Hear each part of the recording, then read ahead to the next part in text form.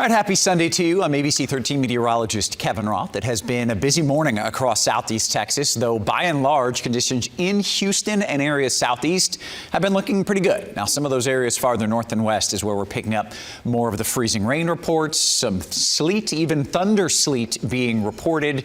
But if you are in the core of Houston, surface streets look good. I'm still slightly worried about some elevated surfaces, really, I'll say area-wide, but especially north and northwest of 59. Now, here's what happens over the next few hours. All of the rain is gone, but the moisture remains on the ground. Temperatures will drop below freezing for much of southeast Texas.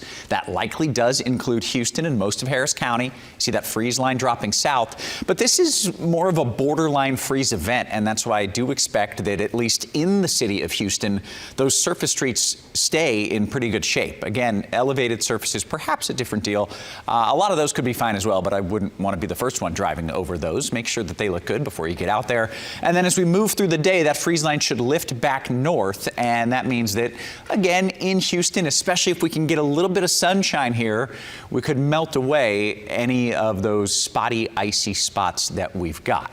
Now, overnight, if there's any moisture left over, we're getting back into a hard freeze, and that is the next thing that we need to prepare for. First and foremost, if you are out on the roads this morning, be extremely careful.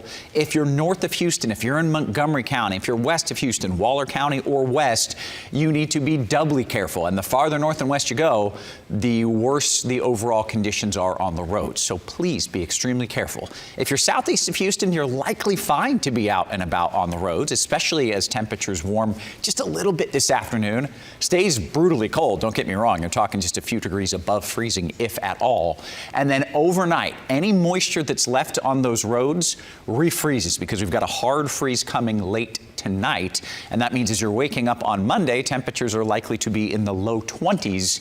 And there's a biting wind to go along with that. That puts those feels-like temperatures, we'll say right around 10 degrees, for some at single digits. Certainly a very cold day on the way and really just a cold stretch of weather. So let me walk you through the next 3 days. This morning, if you are driving, please be extremely careful. We talked about those areas north and west, especially elevated surfaces being the highest impact and the greatest risk. Rain chances will taper off quickly. I've got an 80% right now, and in 2 hours, that's going to be down to about a 10 or 20%. And this is depending on when you're watching this. I'm recording this just before 6 a.m. Tomorrow morning, you've got a hard freeze. Tuesday morning, you've got another hard freeze. So once the frozen precipitation is gone, you need to get ready and prepare for the hard freezes that are on the way.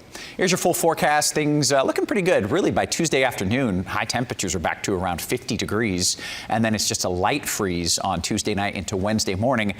Could see a few flurries possible as you head into next weekend. We've got a light freeze there as well, something we're monitoring. But right now, key message is be safe. Things look pretty good in the city of Houston. I'm very pleased with the overall outcome, but that certainly does not mean that it is risk-free to be out and about driving, again, especially farther north, especially those bridges and overpasses. So stay safe. We'll continue to monitor this.